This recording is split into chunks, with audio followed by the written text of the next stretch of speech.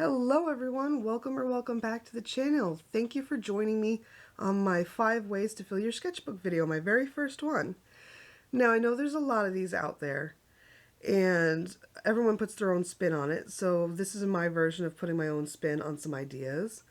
I have some classic ideas, I have some from art school, I have some that are just my own, some that are just my own personal spin on a classic that's out there, that's all the time. We've seen them. And yeah, I just wanted to share it with you guys in case you were feeling uninspired or didn't know what to do with your sketchbook. That hit me recently, actually. I didn't know what to draw, I didn't know what to paint, I was stuck, so I went back to my roots and got to work in the sketchbook with some of my favorite ideas, and it really worked out well for me, so that inspired me to share it with you guys.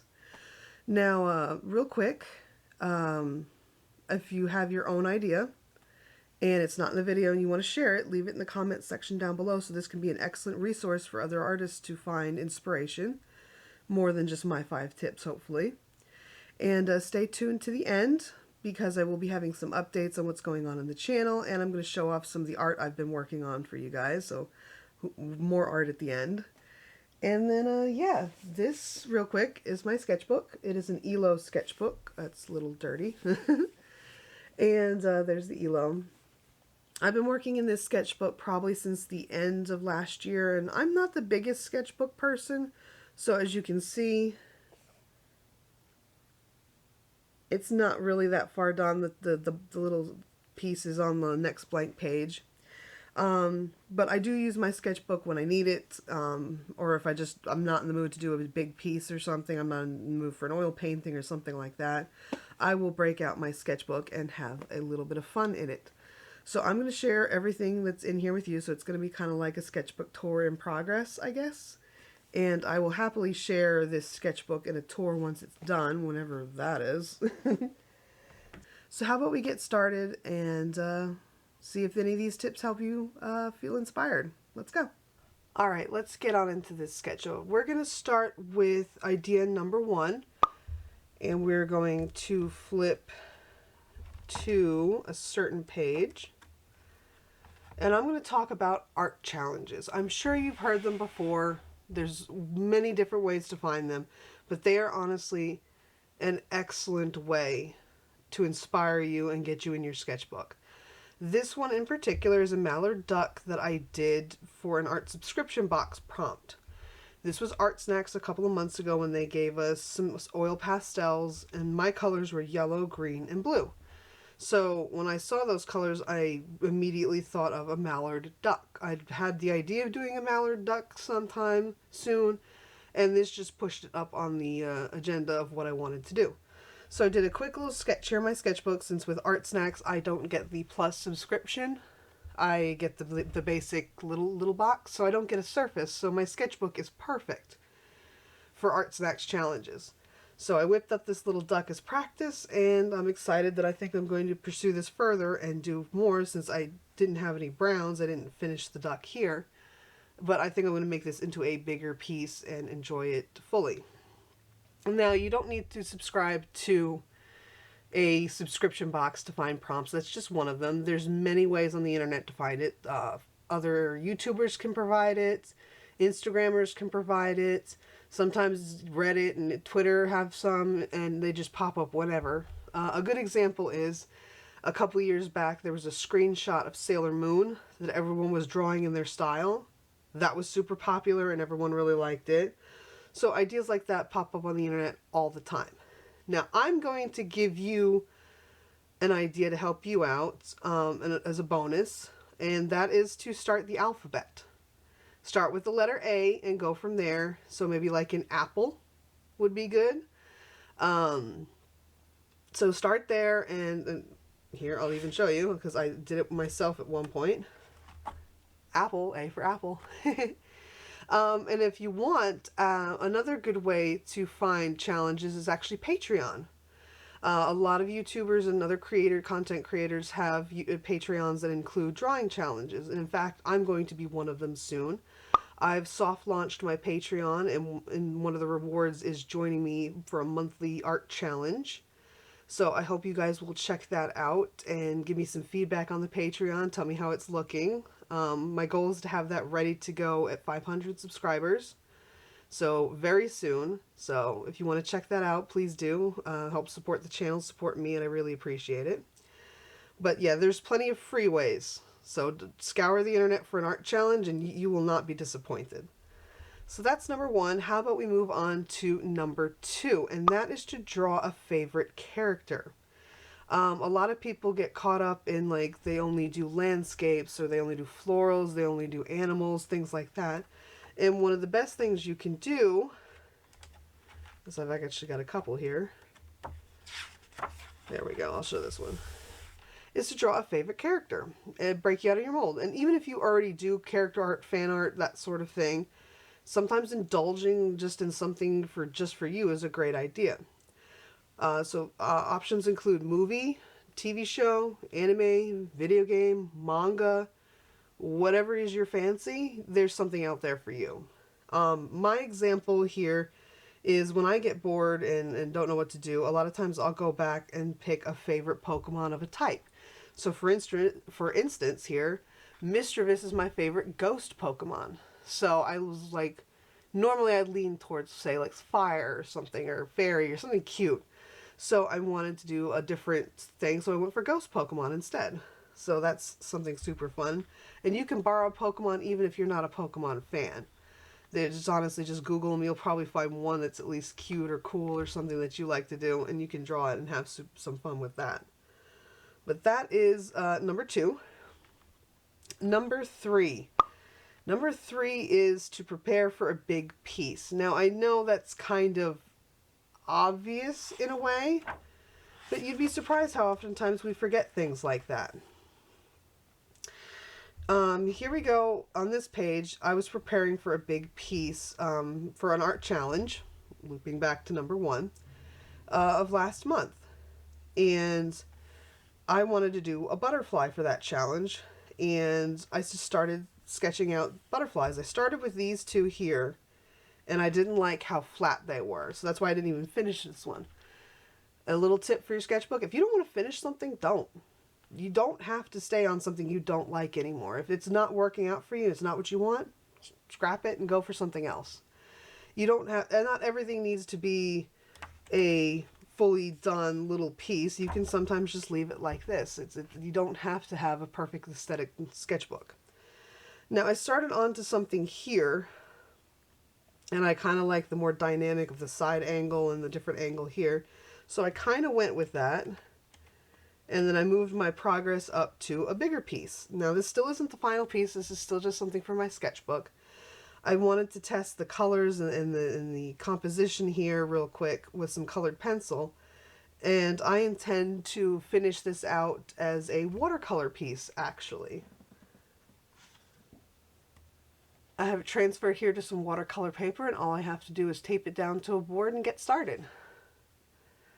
So that's definitely a good thing to practice. A lot of times we get so caught up in just rushing into the final piece that we forget to practice sometimes. So that's more of a reminder for people, since it can be easily forgotten.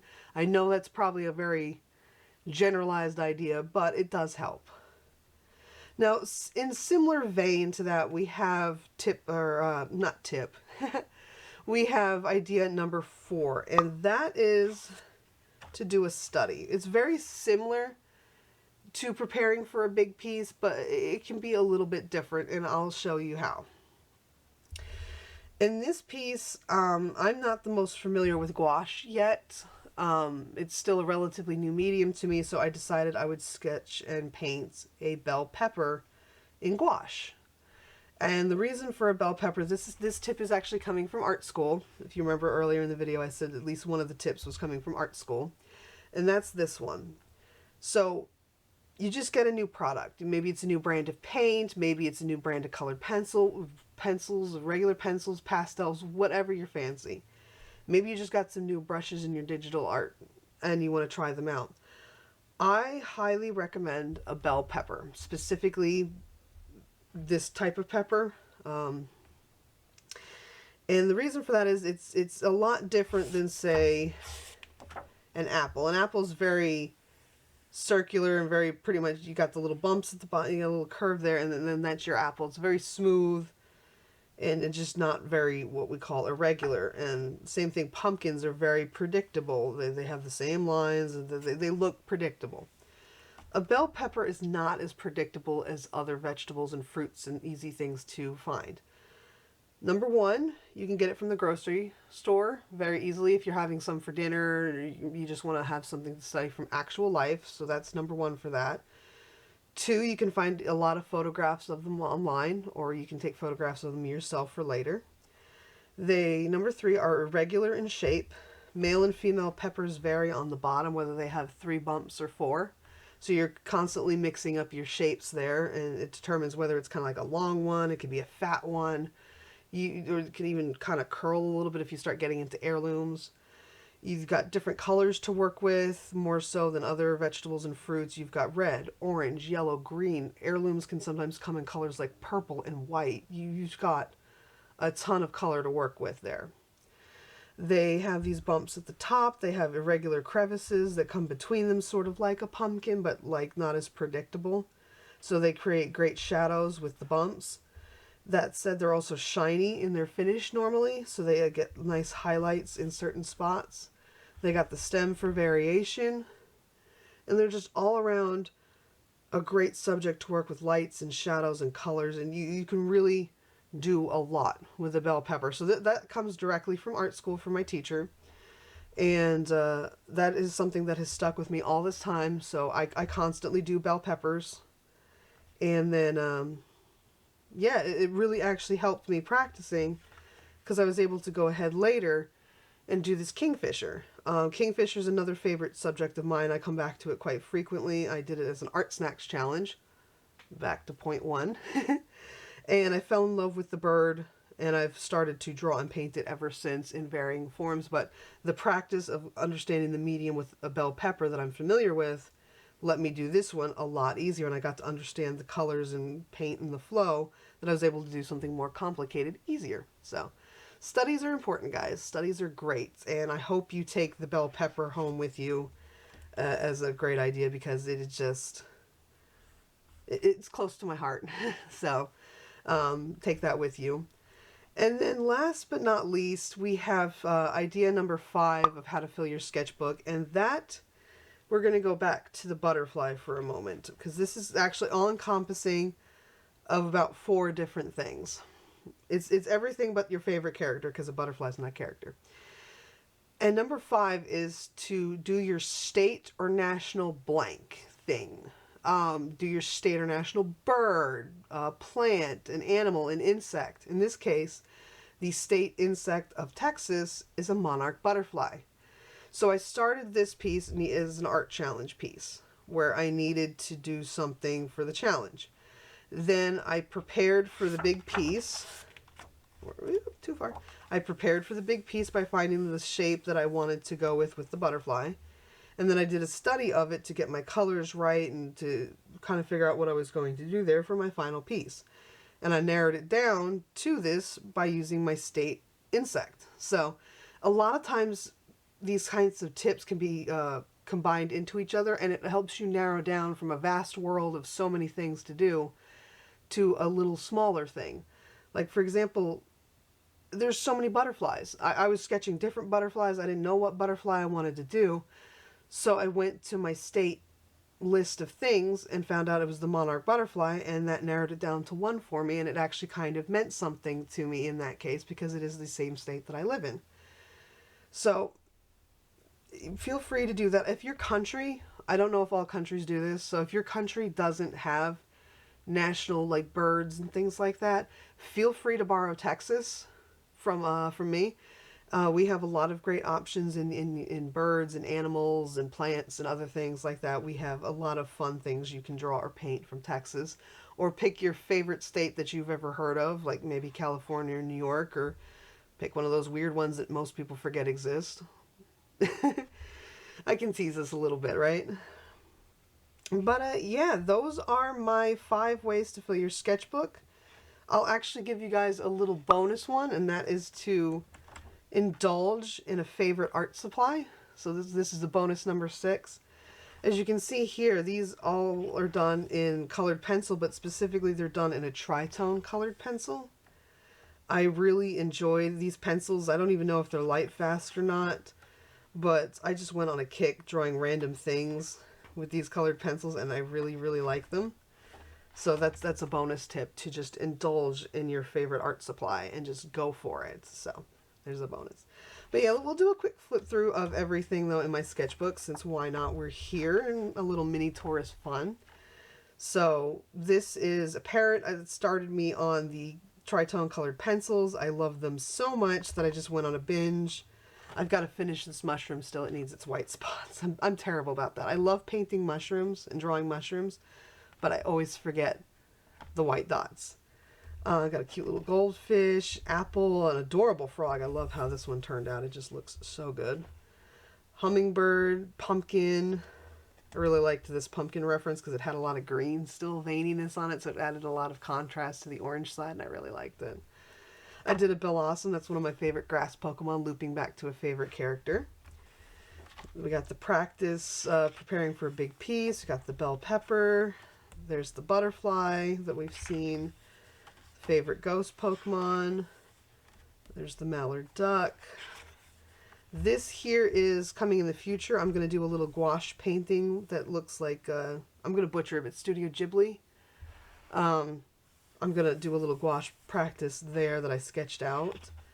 We've got the kingfisher, and I've got some tulips here that I want to do in colored pencil, since I really liked how the flower in this one came out. I wanted to do more flowers. So you get inspired off one thing and it just bounces to another. It's great.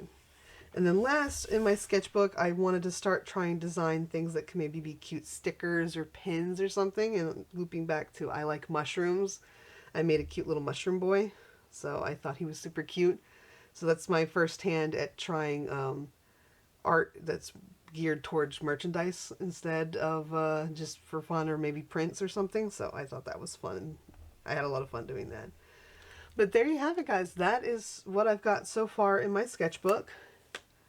I hope you guys enjoyed the ideas and the sketchbook tour. Before we head out, though, I'm going to share some of the art I've been working on, since you guys love to see that. Let's see, what do we got? I've got this koi fish I painted. This is Sennelier watercolors. Here, we'll bring up just a little bit. Sennelier watercolors on Fluid 100 paper. I had a lot of fun doing this piece, and I think it is good enough that I think it will become a print eventually one day. So leave a comment down below if you'd like a print of this pretty koi fish. And we've got, I did a study of a horse in charcoal because I wanted to use I was in the mood for tan paper that day. So I have that. And then I took that, transferred the image to a canvas, and did an oil painting of the horse. And this time I remembered to put its little crescent moon white shape on his forehead. I forgot in this one. I just kind of did horse and I forgot it was there. But I remembered in the painting. So that is some of the stuff I've been working on in the studio lately that's been coming out. Let me know what you think of it in the comment section down below. If you've got any tips for improving, if you think it's good, if you wouldn't mind a print of it, just say you like it, whatever. And if you made it this far, give the video a thumbs up and consider subscribing to the channel if you're new here. It really helps support the channel. I love the growth. Gets us one step closer to that studio tour. And yeah, I guess that about wraps things up. So take care, guys. Have a good one. And bye for now.